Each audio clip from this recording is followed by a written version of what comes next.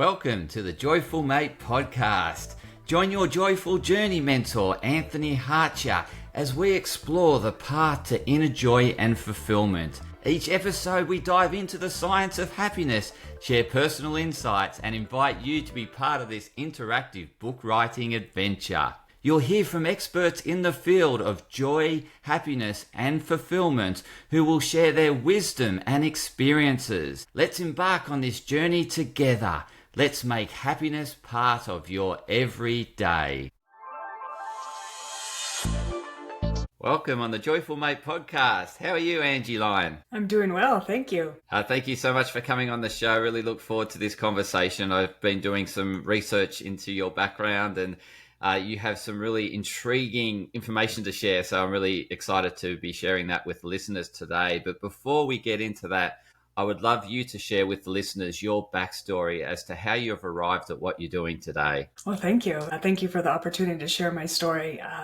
It's one that I wasn't very comfortable sharing for many years. And so I am appreciating the opportunity to be vulnerable and share here. But my background, I grew up really with 8 out of 10 adverse childhood experiences. And that shaped a lot of the ways that I saw the world. And I got married and had children and went back to school and ended up working in the operating room as a surgical technologist, which is someone who assists the surgeon in the surgeries. So there I observed, I've always been a helper and I always wanted to help people. And I was fascinated with the human body. And so surgery was a really good fit for me to get to understand how the body works and to help. But in my years of working in the operating room and then teaching surgical technology and getting students prepared, I really learned a lot of things about human behavior and emotions and how people show up at work. And I learned that we didn't have a lot of the soft skills. We had a lot of the technical skills for the workplace. And you could teach people how to do the job itself, but a lot of these soft skills, or what I like to call the hard skills, were harder than, and it didn't really matter what level of education people had. Surgeons have a high level of education, but that doesn't mean that they came in with all the social skills or the emotional intelligence skills or some of the skills that would help them operate in a more effective manner. And so I started to dive into the human behavior and study emotional intelligence. And as I was getting my master's in human resource development, which is the people side of HR, it's not the compliance or the law. It's more about what makes people tick and what makes them really engaged and motivated and why do they behave the way that they do. I found so much interest in it, and I realized that I had some kind of a superpower as it relates to being raised in trauma. I pick up on subtle cues and I'm very sensitive to people's emotions and whatnot. And so I started to use that power. And now I get to speak and consult and coach and facilitate in the area of really what we believe in our company, Black River Performance Management, is that work should fuel the human spirit and not drain it. And so we help organizations and teams and people lead more effectively through their people. And I love your title, the Chief Soul Officer. Tell us a little bit about the Chief Soul Officer. Well, one thing about being an entrepreneur is you get to be called what you want. And I came across it through somebody that I had been mentored a little bit through just, how you take some mentoring online, but I had read her book. Her name is Shelley Paxton, and I read her book called Soulbatical, not sabbatical. And she calls herself a Chief Soul Officer, and I love that title. And I really feel like this phase of life, that's what I'm stepping into, is my soul rather than my ego. My ego served me for a long time to get where I am today, but it's something that I'm chipping away slowly and really discovering who I am now in this phase of life, in this second half of life. It's so true. Like, we spend that first part of life finding ourselves, and it's a journey we all go on. Some people find it a little earlier than others, and some are late bloomers. And but it's something that, it's I think a beautiful phase, really. And we go through struggles and certainly have our challenges and ups and downs, but it's a nice sort of journey to go on. And it's really and it relates back to what you shared earlier in relation to the hard and soft skills, is that, we go through school, learning, as you said, these hard skills. It's through our life experiences we start to better connect with and understand the softer skills and the importance of them. Thinking, like, as you're sharing that, why have we sort of evolved the education system to really focus on the hard skills? And it must come from that industrial revolution in terms of us moving to more efficiencies and productivity and being more transactional in nature. Because we evolved as relational beings, in nature, and that's what we knew. But this modern era industrial revolution has really brought this focus on productivity and more transactional, and that's what the hard skills is. It's just transactional, So, but as you've probably realized in this, that in order to be really good at the transactional stuff, we need the relational mastery there as well. Yeah, it's hard to get people to do what you want when you don't have a relationship. It's hard to collaborate or to get anything done when it's us against them, or it's the whole white versus black thinking, just right and wrong. It's hard to really find common ground and get in the middle when we're transactional and we're just, walking around like robots, because we're not robots. And this is part of, I think, what's happened with the loneliness epidemic and people just feeling disconnected, having more anxiety, productivity, and the external success script that society has given us is really kind of made us follow along. Most of us really just kind of were going with the flow with everybody else around us. And then one day you wake up and go, I don't like this anymore, or this is not really who I am or who I want to be. And so it's that realization of that you've been caught in the rat race, and now you're like reevaluating your life on I think COVID was a good check for all of us too, to see what's really important, what's meaningful. But then it was easy to step right back into it again too, if you weren't being intentional. And so, yeah, I think that it's something that we have to be mindful of, that we are humans, and the more we improve our human skills, the better off we're going to have. It's going to be with our relationships and our work lives and just overall life satisfaction and meaning making. Meaning is, that's what our life is about, making meaning. It fuels us. Yeah. Absolutely. And if you look at, as you said, you've become very intrigued about why humans do what they do. And it is in the search of meaning. What's my purpose here? Well, why am I here? And what am I to contribute? And so so what have you learned along this pathway of, learning more about humans and why they do what they do? Yeah, I've learned a lot about motivation and what motivates people, what demotivates people, how our emotions impact us and actually impact our decision making, and also just how different each of us are from a perspective and from a behavioral standpoint. Like, some of us want a lot of data. Some of us are really people-y, So just understanding, using some science and some tools to kind of understand actual human behavior and see how we're the same, how we're different. And a lot of us, we're the same in a lot of ways. We just have some different styles and different lenses. And of course, our experiences shape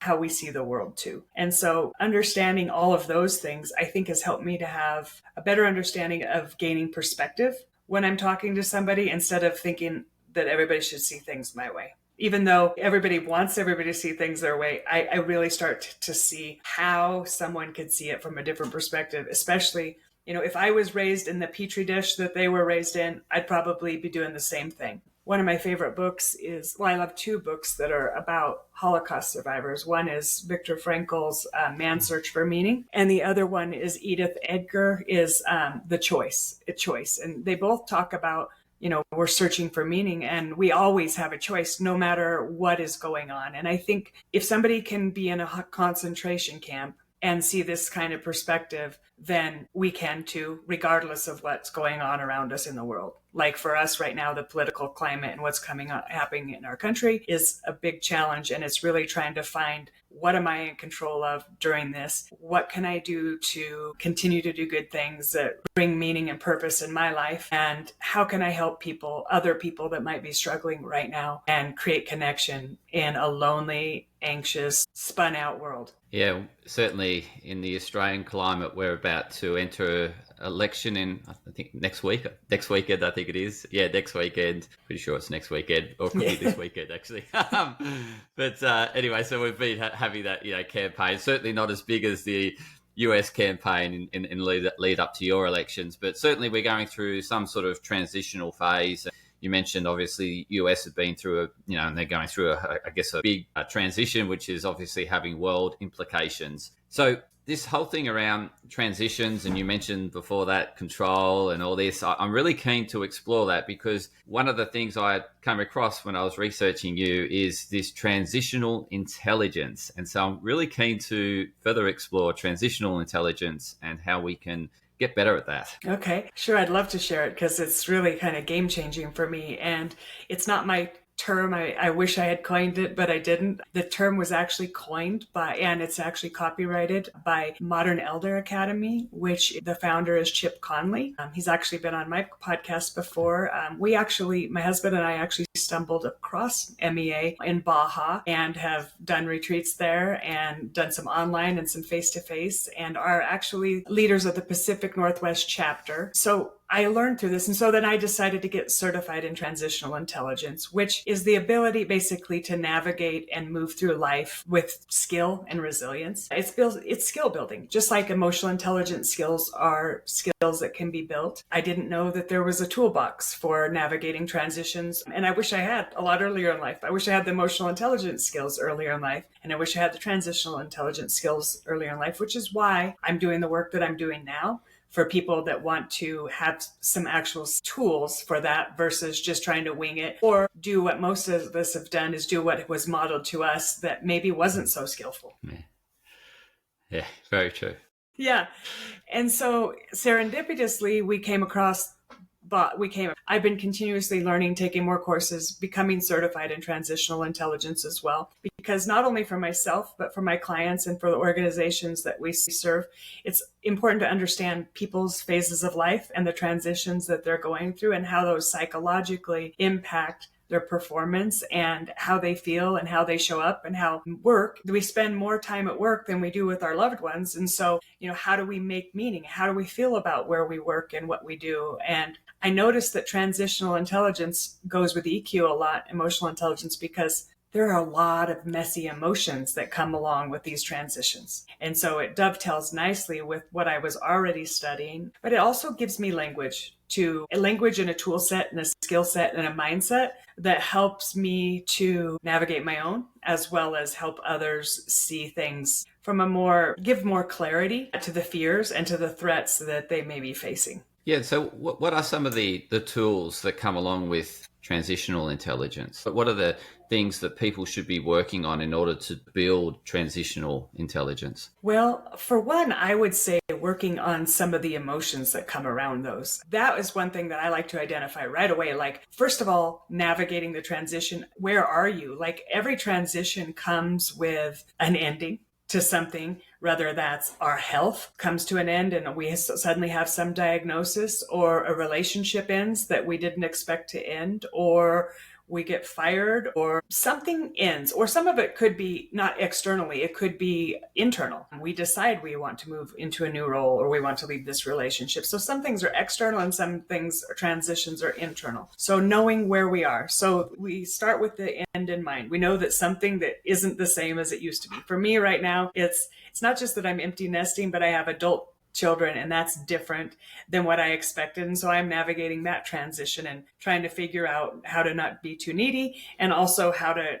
give them their life, but also I want connection, but I'm not sure how much to connect or how much not to. And I'm tiptoeing around that and having fun conversations with my kids too, to find out what they actually need in this time of their lives. So everything changes.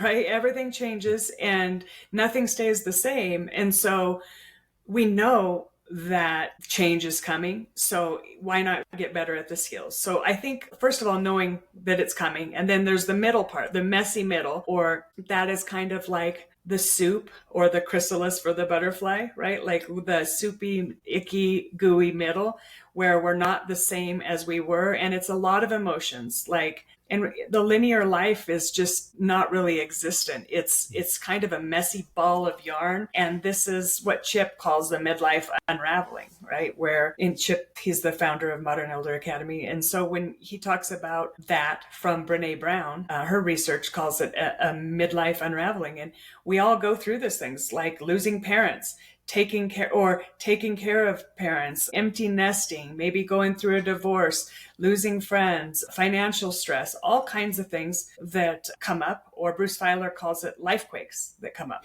right? Like that's when you have a bunch of transitions going on. And I went through my own set of life quakes from about 2008 to 15-ish, where I actually had some serious life quakes. I lost my mom. I lost my dad. My hero, my aunt, got Alzheimer's, and I was taking care of her. I was the power of attorney for both of them. I had repatriated from China back to the US from Shanghai. My marriage was in trouble and eventually ended up in divorce. So that's a lot of life transitions in a 5-year period. And that stage of life, I was living in fight or flight. And I didn't know which way was up or down. And there was a lot of emotions and fear and uncertainty, and also of, single parenting and whatnot, and supporting myself. So all of a sudden, you could be on top of Maslow's hierarchy and then chutes and ladders your way down to the bottom. It's very true. Yeah.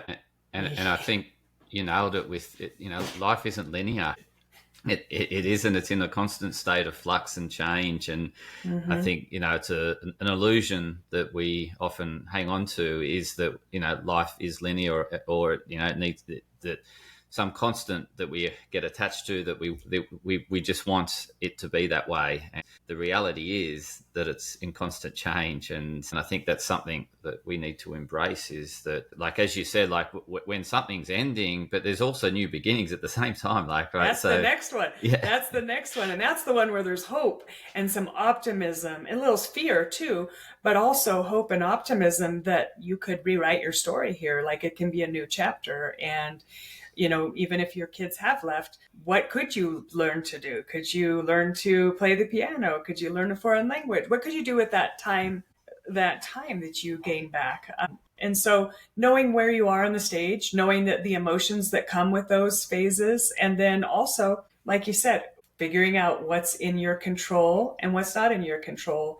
I listened to your podcast recently on the illusion of control, and it resonated, because oftentimes when we get in that fight or flight phase, we really try to grasp for control, to try to control other people and others, our circumstances, it doesn't work. And it leaves people being frustrated and annoyed with us. And while it's a normal reaction, it's becoming more mindful of when we're in that phase, or, getting the feedback like, chill out, mom, or, I still love you, but I don't need you around all the time. So those kinds of things where you're learning this new phase and learning to get your sea legs as it relates to being an empty nester, or this new job, or this new relationship. So those new beginnings also have their challenges, but they have so much opportunities. And I think one of the biggest things for me is it helps me to see change as an opportunity. And so that's a mindset shift, instead of this is the worst thing, I hate it. Or I even think of retirement. Many people that I work with are so their identity is so wrapped in their work, they wouldn't know who they were if they didn't have their title or that position. And that's kind of what I feel like as a mom. It's been such a part of me that I have to figure out, who am I without my kids, or without, even though I'm not without them, it's a way different vibe than it was having them around or talking to them daily, right? Out of all your tools that you've acquired over the years and knowledge today, what's helping you best through this current phase that you're going through? I would have to say awareness. Gaining awareness. You can't do anything if you don't have awareness. And so I think that takes curiosity and also a willingness. It takes bravery to face yourself and see what part of it's yours and what you're blaming on other people. So it's easy to blame other people, and it's not easy to take ownership. And it's not easy to come from a place of compassion. It's just easier to blame. And that's so working through that, going from the place of blame to becoming more, taking more ownership on ourselves and how we're showing up. I would say that most of the people that I work with, when we really dive in deep, a lot of the things that are going on in their mind aren't actually happening. A lot of it's internal self-sabotage and beliefs that aren't even serving them anymore. And they don't even know where they got those beliefs. And I relate with that because I went through that, but I've been shedding some of that old skin, right? Just like every animal in nature does. There's parts of us that we need to shed too and chip away parts of us that don't serve us any longer. Yeah, and it's serving you in the point of, getting away from that attachment. Like, so it's, that, as you mentioned, attachment to titles, attachment to positions, it's really breaking you free. And, it's that next phase of, I guess, self-discovery in a sense that it's taking you into. You mentioned a good point, which was around, it's easy to blame others, but I'm thinking it is easier to blame others, but the ability to move on is much harder because you get stuck, right? Because when you blame someone else, you relinquish control. They're controlling you essentially because you're going to be like it. And so you actually get stuck and you actually don't form much of that soup. You just got to sort of get very stuck in that position, as opposed to once, as you said, if you have awareness and you start to look inwards and start, that is harder, but it'll get you through it quicker, right? Yeah. In my new book that's coming out, Emerge, Charting New Waters to Your Best Self, it's coming out in September. And I liken life to a river because it's a journey, and there's class 5 rapids. There's, sometimes where your boat gets overturned. And everybody's on different parts of the journey. But I think about this part moving through maybe like an eddy, an eddy that kind of spins you out. So blame, people can get caught up in that eddy and stay there their whole life. And they could actually become an offshoot and actually could be like a reservoir where you are stuck and it starts to stink and there's no vitality, there's no real life or livelihood. And so you get to stay there as long as you want, but the quicker you move through the blame portion, the better you're going to feel, the better your relationships are going to be. Once we start to take ownership, then there's some life that starts to breathe back into it. And then once we get into actually having compassion for why that person might have done what they did. And for me, I had to go through that because I had 8 out of 10 adverse childhood experiences, and that should have landed me in jail statistically. But really, what it landed me was a really hard shell, and a lot of blaming and victimization and victimhood lasted far longer than it should have. I don't even need to say it should have, but than I'd have liked it to. I think if I had had the tools of understanding my emotions, understanding transitions, understanding ACEs, adverse childhood experiences, all of those things. If you know better, we can do better. And so if you're in that place where you're blaming other people, this is a real good time to check in with yourself and say, what do you want to do? Do you want this relationship? Do you need to be right? Or do you want this relationship? Because the ego wants to be right, flat out. And the soul wants to be in relationship. We want to make things work. We want to find out how we can meet together. We want to figure out what we can do. We want to see things from other people's perspective, and we want to be more compassionate. We're compassionate beings. We're meant to be. And so I think it's becoming aware of how your fears and your insecurities and your lack of looking at your own self and just blaming other people keeps you stuck into not growing into who you want to be. And like the whole thing around right or wrong is really interesting too, because when you look at science, it's constantly evolving. Our understanding is constantly evolving, and we realize things that we believed or understood or what we thought was a truth in the past is now just disproved. Yeah. And so it's really interesting when we sort of get hung up on this this pride around I'm right, but really, are you? Like it's always questionable, and that's what I've always found with having studied nutrition, and now I'm relearning nutrition, and this is only I think it's sort of 6 years on since I graduated, or 6 or 7 years, but I'm just thinking, imagine I just had a thought what I learnt at university was right. Then I'd be going forward and I guess preaching stuff that's out of date or not so right. Yeah. And that takes humility and willingness to be a lifelong learner. That's what I define myself as, a chronic learner. I mean, I would, if I could learn, if I could just go to school and get paid for it, that is what I would do. Yeah.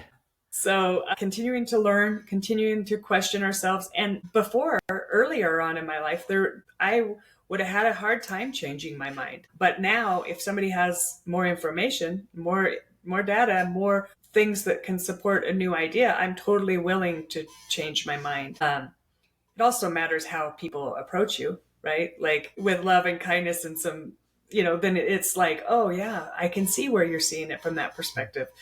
Just imposing things, that's not going to help either. So I love the idea of continuously learning and knowing that what you thought 3 years ago may not be the same. It may not be correct anymore. And it's the same with, like you mentioned in that relationship about being right, or, what's more important, but, the ego, or, going to the soul and, maintaining the relationship. And I'm just thinking that challenging moment where what it's really helping you with is getting a better understanding of them and where they're coming from, right? And so, for sure. But we can be blindsided in thinking that, we think, no, I'm right, they're wrong, and we don't allow that deeper connection. Whereas this is really inviting a deeper connection, is thinking, how come they think this way, or why are they experiencing or feeling it this way?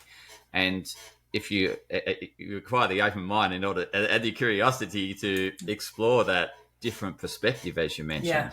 Yeah. In Edith Edgar's book, she talks about all of us have the capacity to have have an inner Hitler. Like if you were raised in his environment and around and had all the same experiences, you might be that too. I mean, really, every single person, and this is one from Ellen Langer, she says, the behavior makes sense from the actor's perspective. Otherwise, they wouldn't be doing it. Yeah, 100%. 100%. And so for me, when I see odd behaviors or stuff that I'm not understanding, it's more of an opportunity to say, I wonder what's making them think that, right? I'm wondering how they got to this conclusion. Sometimes I get really frustrated, especially with like what's going on with the US right now. I struggle sometimes to wonder, how did they think that this is a good idea? Like specifically MAGA. Okay. That is something I struggle to understand why that's going on, but it makes sense from their perspective. Totally. Yeah. Yeah. And I think some of it, well, certainly, what we're seeing from Australia's perspective is, the whole thing around tariffs, but the whole thing is, this waking people up to thinking, okay, we need to think differently. We're going to have to come to an arrangement, an agreement. And so it starts people thinking about their position and what they want. And it's actually, as much as it feels hard, it's actually opening up conversations. And I think through that, better outcomes can actually be achieved when you realize, like, this is the importance in terms of what the US produce, and we really need that. And it's the same vice versa. And I think we can just look at it and feel uneasy about it and think, huge price rises are going to come and it's going to, hurt my financial position and all this sort of stuff. But I think ultimately, as you can see, it's sort of a real flux, and it's had pauses and reignitions and things like that. And ultimately, it's going to come to a point where countries are, come to something that they're happy with. And us too, we're figuring it out here at home. Who knows? Like, this is a big transition for all of us. It's stuff we've never faced. None of us have ever been here before. There's so much uncertainty. And so using the tools and understanding has helped me not lose my mind, and finding people to discuss things with, and even family members that have completely different views than me, really trying to understand them and understand where they're coming from. And when I actually listen, I actually see where it comes from and everything else. And instead of being judgmental, which is hard to do because it's the easiest thing, it's easy to become judgmental. It just is. It takes actual extra work to think about, okay, what is actually going on here? And how could they see a different perspective? if they were watching the same, if their algorithm is giving them the same information and the same news channels giving them the same information, how would they have a different perspective? It's so very true. And you touched on before that Maslow hierarchy of needs, and that judgment's very much at the survival level, right? So it is. It really takes that, in order to transcend the hierarchy, we need to have that open mind, that curiosity, and lean into better understanding where they're coming from in order to grow the relationship together. Because I, see all relationships as this, you come together over commonality, right? You looking for, what we have in similar.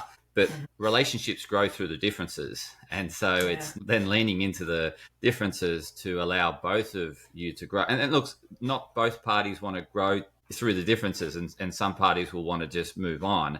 That's fine. But, relationships are really strengthened through the differences. Yeah. And because that's how we get to the understanding, the deeper understanding. Yeah. My cousin and I stayed up one night just talking about, we're on different political sides, but we're not even on sides, because I'm not one or the other. I'm not a Democrat or a Republican. I've always just been in the middle, and I vote for the least horrible person, usually. That's what I try to do. The person I think that sucks the least. And so that is where I stand. But literally, having that conversation, like with my cousin and some other family members, I really can see that we actually agree on more than we disagree on. And so I think that's one of the challenges that we face, is this black and white thinking, or thinking that if you're on this side, you believe everybody believes this, or if you're on that side, or even just the whole US sucks.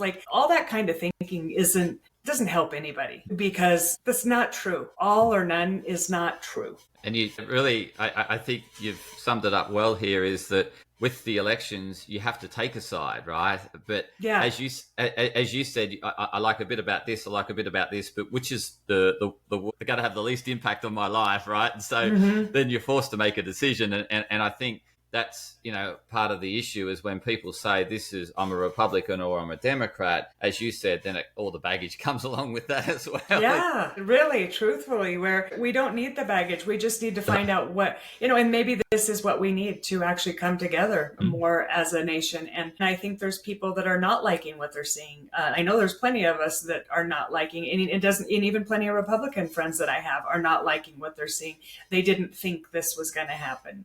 But this is a huge transition for all of us. Everybody has the right to their feelings and their frustrations and how they're navigating those, and it's impacting all of us. It's impacting the world and all of us that are in it. It feels like a big old storm out there. So one of the things that I've been doing too, and this could be helpful for your listeners, is disconnecting from the news, disconnecting from social media a little bit more, because it gets me super emotionally hijacked, and being informed by, I get an email a day that has everything's cited, and I don't read it every day, but at least it helps me stay informed without getting so much noise and allowing me so much consumption that's going to get me emotionally hijacked, that's going to make me just think gloom and doom all the time. It's a great point. In order to grow, and we mentioned the self-discovery piece, is this disconnection.